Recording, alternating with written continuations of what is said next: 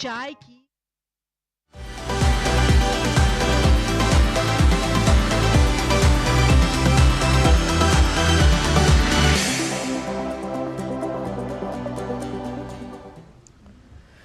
नमस्कार, स्वागत है आप सभी का हमारी खास पेशकश खबर हटकर में। मैं हूं ऋतु वर्मा। खबरों की भागदौड़ में कुछ ऐसी दिलचस्प, समाज को आईना दिखाने वाली और हम सबका मनोबल बढ़ाने वाली खबरें अक्सर छूट जाती हैं, इसलिए हम ये खास कार्यक्रम आपके लिए लेकर आए हैं। तो चलिए तैयार हो जाइए अगले आधे घंटे तक लीक से हटकर कुछ ऐसी ही खबरें देखने के लिए। शुरुआत करते हैं हेडलाइन से। गणेश चतुर्थी के दौरान मुंबई में बने हैं अलग अलग अंदाज के अनूठे पूजा पंडाल। घाटकोपर इलाके में मुंबई मेट्रो ट्रेन की थीम पर बना गणेश पंडाल बना आकर्षण का केंद्र।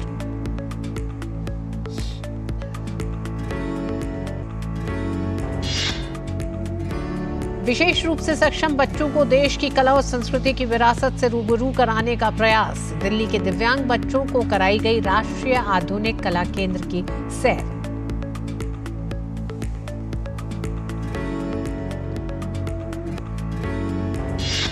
ग्रेटर नोएडा में आयोजित अंतर्राष्ट्रीय ट्रेड शो में लगी उत्तर प्रदेश के 75 जनपदों के उत्पादों की प्रदर्शनी। ट्रेड शो में देखने को मिली बनारस की साड़ियों से लेकर लखनऊ के जरदोजी तक की झांकी।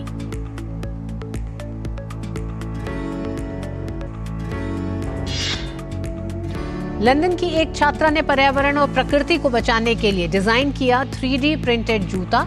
इस जूते से जंगली पेड़ पौधों के प्लांटेशन में मिलती है मदद।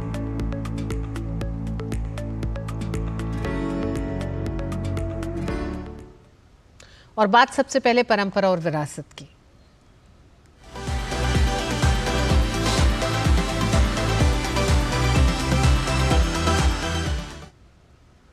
देश भर में गणेश चतुर्थी की धूम है। खासतौर पर मुंबई में लोग अलग अलग तरीके से अपने पंडाल और घर में गणपति बप्पा की उपासना कर रहे हैं। ऐसे में बप्पा के लिए स्पेशल सजावट भी अलग अलग तरीके से की गई है। वहीं कई पंडाल और घर में सजावट बेहद अलग और स्पेशल इसलिए हो जाती है क्योंकि उसमें कोई खास थीम जोड़ दी जाती है। जी हाँ, इसी तरह सजावट को नया रूप देने के लिए मुंबई के घाटकोपर इलाके में मुंबई मेट्रो ट्रेन की थीम पर गणेश पंडाल बनाया गया है। गणेश चतुर्थी के अलग अलग थीम पर आधारित पंडाल लोगों का ध्यान इस बार ज्यादा आकर्षित कर रही है। मुंबई के घाटकोपर इलाके में मुंबई मेट्रो ट्रेन की थीम पर बना गणेश पंडाल इन्हीं आकर्षक पंडालों में से एक है। धोती और जनेऊ पहने गणपति बप्पा मेट्रो में विराजमान है। मेट्रो स्टेशन का नाम घाटकोपर रखा गया है। मूर्ति के सामने बाल गंगाधर का फोटो और फल फूल, मिठाई और नारियल रखे हैं। गए 12 साल से हम लोग गणपति बनाते हैं और डेकोरेशन हम लोग गए 3 साल से हम लोग मिनिएचर कॉन्सेप्ट बना रहे हैं। तो यही साल हम लोग ने घाटकोपर का जो मिनिएचर आता है घाटकोपर स्टेशन मेट्रो स्टेशन का, उसका सेम रेप्लिका हम लोग ने बनाया है। हर साल हम लोग कुछ ना कोई यूनिक कॉन्सेप्ट देखते हैं कि जो लोगों से कनेक्टिविटी क्रिएट कर सके। इसके पहले हम लोग ने मुंबई के जो बेस्ट हेरिटेज बस है डबल डेकर वो बनाई थी और उसके पहले हम लोग ने मुंबई लोकल बनाई थी। जो घाटकोपर की जो मुंबई लोकल्स रहती है वो बनाई थी हम लोग ने। पंडाल में मुंबई मेट्रो से संबंधित सभी चीजों को बड़े अच्छे अंदाज में सजाया गया है। पंडाल के संस्थापक राहुल गोकुल वारिया का कहना है कि वो 12 साल से गणपति बनाते आ रहे हैं। इसे बनाने में उन्हें 1 महीने का समय लगा है। इस मूर्ति की ऊंचाई 1 फीट है। अभी त्यौहार की तैयारी तो एक सवा महीने पहले चालू हो जाती है कि बापा का इतना सब स्ट्रक्चर बनाना है, मिनिएचर बनाना है, तो उसके लिए 1 सवा महीना 2 महीना आराम से आपको पहले प्रिपरेशन करना पड़ता है। और इसका इम्पोर्टेंस साल में एक बार बहुत त्योहारों से मनाते हैं उत्सव।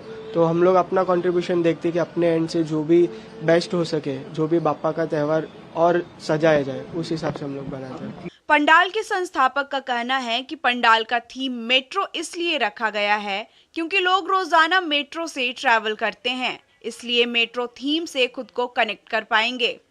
Bureau report, DD news. देश की कला और संस्कृति की विरासत विशेष रूप से सक्षम बच्चों को भी हो, इसके लिए राष्ट्रीय आधुनिक कला संग्रहालय ने अनूठा प्रयास किया।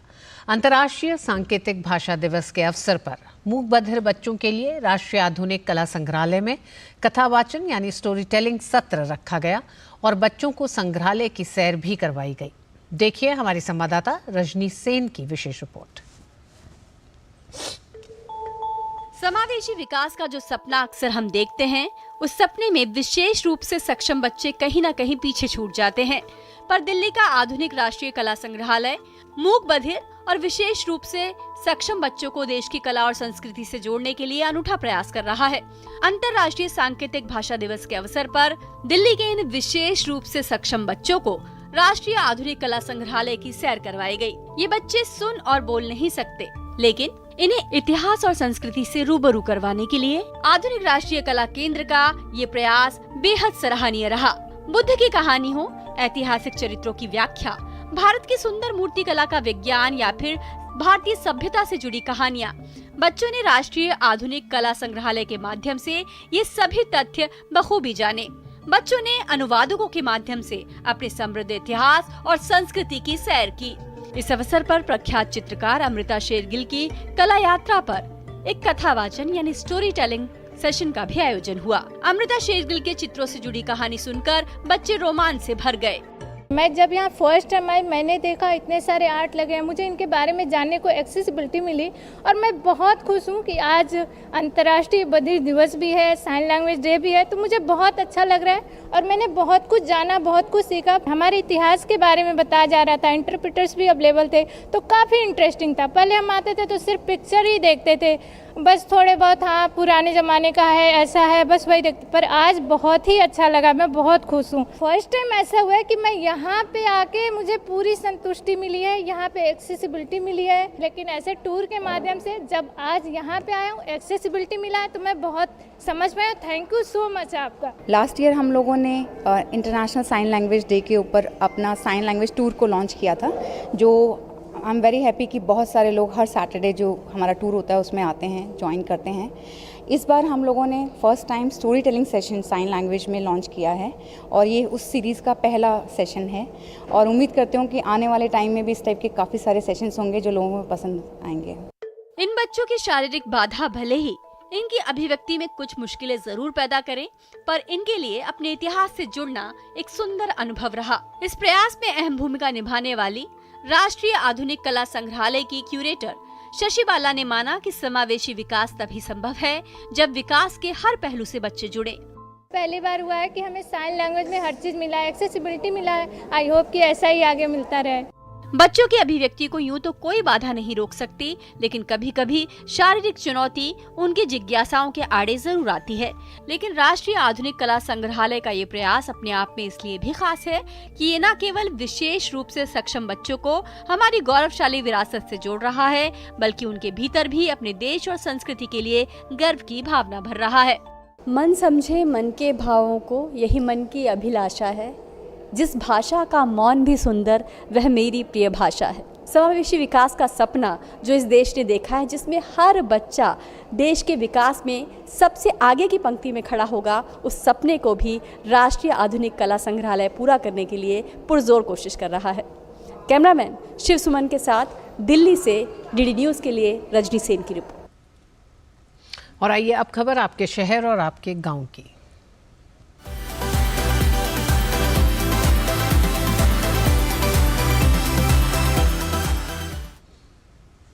ग्रेटर नोएडा में आयोजित अंतर्राष्ट्रीय ट्रेड शो में उत्तर प्रदेश के 75 जनपदों के उत्पादों की प्रदर्शनी भी लगाई गई है। इसमें बनारस की साड़ियों से लेकर लखनऊ के जरदोजी तक की झांकी देखने को मिली। जायजा लिया हमारे संवाददाता विशाल बेरिस्टो ने। हम पहुंच गए हैं लखनऊ के सेक्शन में और जैसे कि आप देख सकते हैं, लखनऊ मशहूर है अपनी जरदोजी के लिए। जरदोजी एक उज़्बेक लफ्ज़ है जिसका मतलब होता है मेटल से एम्ब्रॉयडरी करना। और मेरे साथ हैं, क्या नाम है आपका? मेरा नाम है नजमुन्निशा। अच्छा, ये बताइए कि आप कितने टाइम से इसमें काम में लगी हुई हैं? मुझे हो गए हैं 10 साल। इसकी खासियत ये है कि ये जो है काम बहुत अच्छा है और ये लखनऊ में बहुत चलता है और ये दरदोजी बहुत अच्छी मानी भी जाती है। ये हैंडवर्क है। अस्मा, आप जरदोजी के बारे में कुछ बताएं हमें। जी, ये जरदोजी बेसिकली जो है मेटल वायर एम्ब्रॉयडरी है और ये अगर आप देखें तो हम लोगों के हिंदुस्तान में 2000 साल पहले भी थी, लेकिन जो इसकी इंट्रिकेसी जो आज आप हम देख रहे हैं, ये 15वीं 16वीं सदी में यहाँ पे जब हमारी रिचनेस बढ़ी है, जब जो हमारा गोल्डन पीरियड कहलाता है हिंदुस्तान का, सोने की चिड़िया, उस वक्त इसमें इतना डेवलपमेंट हुआ है, नई टेक्निक्स, नई तरह के वायर के अलग अलग, जैसे आप जिसको कहते हैं कि वो नक्शी है, सादी है, जो मटेरियल का डेवलपमेंट हुआ, और फिर एम्ब्रॉयडरी की टेक्निक्स का, यानी कि इसमें अगर हम लोग चलें तो कम से कम 1000 तरीके की एम्ब्रॉयडरी होती है सिर्फ इसके अंदर। तो it is like you have a wire and then you put the thread inside and then you do the embroidery. ये क्या बना रहे हैं आप? ये अभी एक मोटिव बना रही हैं। जरदोजी से आप मर्दाना से लेकर जनाना तक सबको सजा संवार सकते हैं। मोहिनी, क्या बना रहे हैं आप? ये तारकसी पेंटिंग बना रहे हैं। किसकी पेंटिंग बना है? कृष्ण और राधा कृष्ण जी की। जी। तो जैसे कि आपने देखा, मैनपुरी एक दूसरा ज़िला है और ये बन रही है शीशम की लकड़ी पे पीतल के तार से बनाया जा रहा है। इसको किस तरह से इसको बनाते हैं? इसको छेनी हथौड़े की सहायता से तार को लकड़ी के अंदर फिट करते हैं, फिर पत्थर से घिसाई करने के बाद इसमें इस तरीके की जो है पेंटिंग आती है उभर के। आप देख सकते हैं ये है फाइनल प्रोडक्ट और ये है गौतम बुद्ध की तस्वीर, महात्मा बुद्ध। ये मैनपुरी की खासियत है। और अब हम मैनपुरी से निकल कर चलेंगे दूसरे ज़िले की तरफ, और ये कुछ अलग है, बिल्कुल अलग है, और ये है सीतापुर से। ये अलग अलग तरह के पत्थर हैं। ये कौन सा पत्थर होता है? ये सजर पत्थर होता है सर। ये बांदा की केन नदी में मिलता है। ये पत्थर में होती है, सब कुदरत की दी हुई। हम लोग कारीगरी इसमें ये इस पत्थर से ये सारी चीज़ें निकालते हैं, रिंग वगैरह, ऐसे रिंग वगैरह जो तो आप बनाते हैं। पत्थर में जो ऑलरेडी डिज़ाइन बना हुआ है उससे ये अंगूठियाँ बना देते हैं। ये लॉकेट वगैरह, ये रिंग वगैरह तैयार होती हैं इस पत्थर से। ये सारे नंग तैयार होते हैं, उसके ऊपर ये चांदी की, उसमें ये सारी चीज़ें निकालते हैं हम लोग, इसमें से ये तैयार होते हैं हमारे। अब मैं चलूँगा सीतापुर से निकलकर हम जाएंगे वाराणसी की तरफ। वाराणसी में यहाँ एक मॉडल लगाया गया है हैंडलूम का, और आप देख सकते हैं हैंडलूम में किस तरह से ये साड़ियाँ तैयार होती हैं। बनारसी साड़ियों के बारे में आपने सुना होगा। अंगिका, ये बताइए कि एक छोटा सा मॉडल आपने यहाँ बनाया है, किस तरह से ये तैयार होता है और एक साड़ी को तैयार होने में कितना वक्त लगता है? अगर हमारा ज़्यादा काम है, बारीक कुछ काम है, तो कुछ कुछ साड़ियाँ हमारी 6 महीने में भी बनती हैं। लाइक जैसे कि हमारा कुछ एक दिन में 1.5 इंचेस 2 इंचेस ऐसे भी करके वीविंग होता है। तो उसकी साड़ियों में हम जो है रियल जरी बेसिकली यूज़ करते हैं। लाइक जैसे सोने का तार, अभी आप ये देखोगे ये सोने का तार है। ये सोने का तार है, इसको लगा के हम बनाते हैं। ये चांदी का बादला है, चांदी का भी हमारा जो भी होता है कस्टमाइजेशन रिवाइवल पे हम काम करते हैं। बेसिकली मैं तो टेक्सटाइल्स में PhD हूँ, पर फिर भी मेरे फादर जो है मास्टर वीवर है, और ये हमारे घर 300 लूम्स हैं और 1000 वीवर्स हैं। फिर भी मैं ये काम को अडॉप्ट कर रही हूँ ताकि लोगों के बीच में अवेयरनेस है। ये डॉक्टरेट है, इसमें इनको महारत हासिल है और ये इनको अपने फादर से मिली है। पुश्तैनी ज्ञान जो है उनको मिला है और ये उसको आगे बढ़ाना चाहती हैं। लेकिन उत्तर प्रदेश सिर्फ हैंडलूम और हैंडीक्राफ्ट ही नहीं है, बल्कि एक ख़जाना है। आप देख सकते हैं चारों तरफ ये बिखरा पड़ा है और यहाँ पर डिस्प्ले किया गया है ताकि जो भी इंटरनेशनल बायर्स आ रहे हैं इस ट्रेड फेयर में वो आके देखें, यहाँ से वो जानकारी लेकर जाएं और यूपी को देश विदेश तक पहुँचाएँ। कैमरामैन सुमित धीमान के साथ मैं विशाल Bairstow, DD news, greater Noida. और खबर हटकर में वक्त एक छोटे से ब्रेक का। चाची, कल्याण भव, सुखी भव, और सबसे जरूरी आशीर्वाद आयुष्मान भव। वो तो मोदी सरकार सबको दे रही है। देश के धनी आदमी जिस प्रकार से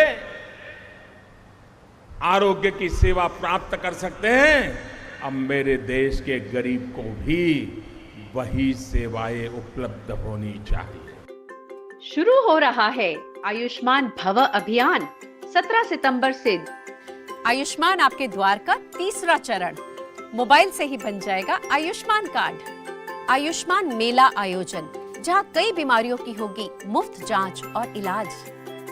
अंगदान शपथ पंजीकरण, जिससे हमारे बाद भी किसी और को मिले जीवन। रक्तदान शिविर और आयुष्मान सभा का आयोजन। इन सुविधाओं का लाभ उठाने नजदीकी आयुष्मान हेल्थ और वेलनेस सेंटर पर जाएं। अब होगा जन जन आयुष्मान।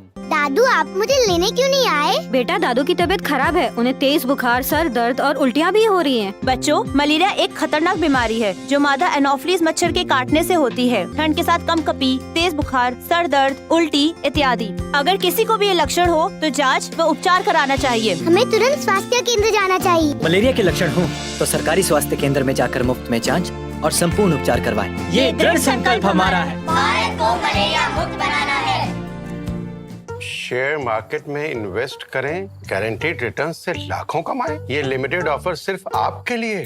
नागिन की आंख में कैमरा फिट होता है। तुम भी क्या बकवास में यकीन करती हो? आप भी तो वही कर रहे हो पापा। शेयर मार्केट में कोई गारंटीड रिटर्न्स का वादा नहीं कर सकता। ऐसा कोई मैसेज, मेल या ऐड दिखे तो समझिए गलत है। ऐसे स्कीम निवेशक के साथ धोखा है और कानूनन अपराध भी। कितनी बार तो समझाया आपको। समझकर इन्वेस्ट कर। और अब वक्त है बदलती हुई तस्वीर देखने का।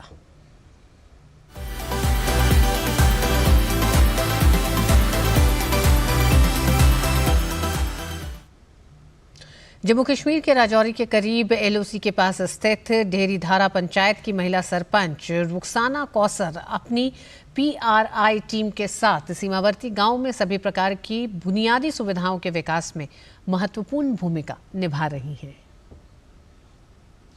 यह कहना गलत नहीं होगा कि देश के विकास में महिलाओं का भी उतना ही योगदान है जितना पुरुषों का है। हमने लोगों को अक्सर ये कहते हुए सुना कि महिलाएं किसी से कम नहीं हैं। महिलाएं हर एक क्षेत्र में अपना परचम लहरा रही है। हम आपके लिए यह खास खबर लेकर आए हैं। ढेरी धारा पंचायत की महिला सरपंच रुखसाना कौसर ने विकास का कमान अपने हाथों में ले लिया है। जम्मू कश्मीर के राजौरी के करीब एलओसी के पास स्थित ढेरी धारा पंचायत की महिला सरपंच रुखसाना कौसर अपनी पीआरआई टीम के साथ सीमावर्ती गांवों में सभी प्रकार की बुनियादी सुविधाओं के विकास में महत्वपूर्ण भूमिका निभा रही है। हर टाइम वो गोलाबारी होती थी तो हमारे लोग कुछ पशु इंसान भी नुकसान होते थे, तो बहुत डर लगता था। तो गवर्नमेंट ने मुझे एक बड़ी सहूलत दी, जो मकान दिया, तो हमें मकान मिले हैं। सरपंच ने भी बड़ी मदद की और ब्लॉक वालों ने भी बड़ी मदद की। यहाँ के अच्छे अच्छे लोग जो है वो उन्होंने भी बहुत कुछ कहा, तो हमें सहूलत मिल गई। हमारे ये सरपंच साहब बने हैं तब का हमारा काम बहुत बढ़िया चल रहा है। पानी हमको मिल रहा है, लाइट मिल रही है, मकान मिल गए हैं। जो भी हमको दिक्कत होती है वो सब कुछ हमको हल हो रहा है जबकि ये मैडम सरपंच बने हैं। इस तरह के विकास के बाद सीमावर्ती क्षेत्रों में लोग काफ़ी खुश हैं। इस पंचायत में पंचायती राज के तहत सभी प्रकार के विकास कार्य तेजी से पूरे हो रहे हैं, जैसे मनरेगा segregation shed, JJM, PMAY house. ये सभी कार्य सरपंच रुखसाना कौसर के नेतृत्व में हो रहे हैं। बहुत प्रॉब्लम थी लोगों की, अभी मकान भी मिल गए हैं, अभी सहूलत हो गई है। गरीब लोग थे बेचारे, कच्चे मकान में रहते थे, पानी शानी उनको मकानों के अंदर जाता था, बेचारे बाहर निकल जाते थे, रात को बहुत दिक्कत होता था। अभी मकान गवर्नमेंट ने दिया है, अभी तो थोड़ा सहूलत हो गया उनको। कच्चे घर में बहुत रात को नींद नहीं आता था, बारिश होती थी तो बाहर भागना पड़ता था कि गिर ना जाए। आज तो पक्के मकान है, आराम से जिंदगी गुजार रहे हैं।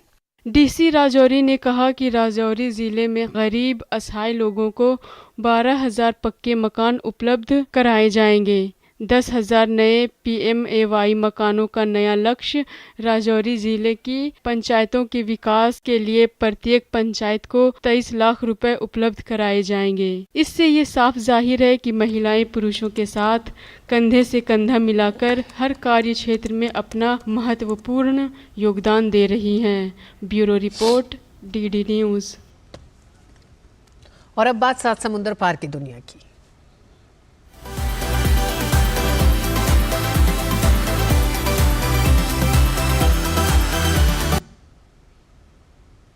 लंदन में सेंट्रल सेंट मार्टिन्स में मास्टर की छात्रा फिकी ग्रेमेटोपोलोस ने छोटे छोटे हुक्कों से ढका हुआ एक ऐसा 3D प्रिंटेड जूता डिज़ाइन किया है जो धावकों को दौड़ने के दौरान जंगली बीज उठाने और फैलाने की सुविधा देता है। इस जूते की मदद से धावक दौड़ते हुए कैलोरी बर्न करने के साथ साथ पर्यावरण के लिए भी कुछ अच्छा कर सकते हैं। अधिकतर लोग बाहर दौड़ना पसंद करते हैं क्योंकि इससे उन्हें प्रकृति से जुड़ने में मदद मिलती है।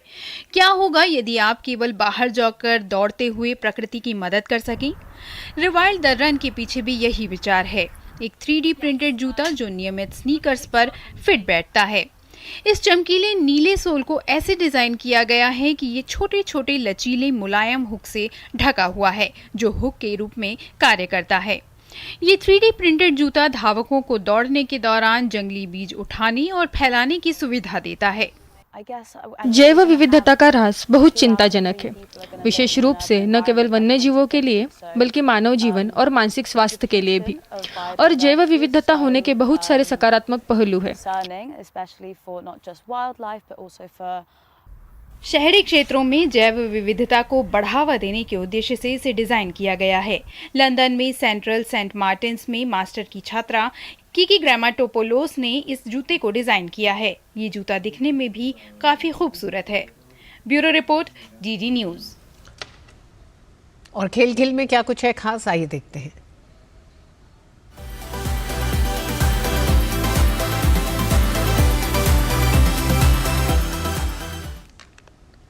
दिल्ली के रोशनारा पार्क स्थित गुरु हनुमान अखाड़े का इतिहास 100 साल से भी ज्यादा पुराना है। इस अखाड़े ने देश को सैकड़ों पहलवान दिए हैं जिन्होंने अंतर्राष्ट्रीय स्तर पर देश का गौरव बढ़ाया है। भारतीय कुश्ती को बुलंदियों पर ले जाने में भी यहाँ के पहलवानों का अहम योगदान रहा है, जिन्हें अर्जुन अवार्ड, द्रोणाचार्य अवार्ड और पद्मश्री जैसे प्रतिष्ठित पुरस्कारों से सम्मानित किया गया है। एक नजर डालते हैं गुरु हनुमान अखाड़े से जुड़ी इस विशेष रिपोर्ट पर। देश में कुश्ती का इतिहास बेहद पुराना है और इस इतिहास में एक अखाड़े का नाम बड़े अदब से लिया जाता है। ये नाम है दिल्ली के रोशनारा पार्क स्थित गुरु हनुमान अखाड़े का। कहते हैं इस अखाड़े ने देश में कुश्ती को मिट्टी से मैट तक पहुंचाने का शानदार सफर तय किया है। इस अखाड़े की शुरुआत भारतीय कुश्ती के पितामह माने जाने वाले पद्मश्री और द्रोणाचार्य जैसे सम्मान से सम्मानित गुरु हनुमान ने लगभग 103 साल पहले की थी। इसके बाद से यहाँ से निकले पहलवानों ने न सिर्फ अंतर्राष्ट्रीय स्तर पर कई पदक जीते बल्कि देश में कुश्ती के विस्तार में भी अहम भूमिका अदा की। यहाँ के पहलवानों को अर्जुन अवार्ड, द्रोणाचार्य अवार्ड और पद्मश्री जैसे कई प्रतिष्ठित पुरस्कारों से नवाजा जा चुका है। ये एक छोटी सी जगह है, 800 गज जगह है। गुरुजी ने इसी में ये अखाड़ा जो आता है वो एशिया का इकलौता एक इंस्टीट्यूट ऐसा है जितने अवार्ड एक ही इंस्टीट्यूट में से, जिसमें 8 द्रोणाचार्य हैं, 16-17 अर्जुन अवार्डी हैं, 5 पद्मश्री हैं और किसी भी इंस्टीट्यूट में इतने अवार्ड पूरे एशिया में क्या वर्ल्ड में नहीं मिलेंगे आपको, एक छोटे से इंस्टीट्यूट में। और ये जो है हमारे गुरुजी जो थे, गुरुजी ने देश की कुश्ती मिट्टी से उठा के जो मैट पिलाई वो गुरु हनुमान थे। आज जितनी भी शाखाएं खुली हुई हैं वो इसी अखाड़े से बिलोंग करती हैं। इसी अखाड़े के पहलवान हैं जिन्होंने और अखाड़े खोले हैं। बहुत पुराना अखाड़ा गुरु हनुमान जी का और ये वर्ल्ड फेमस अखाड़ा है।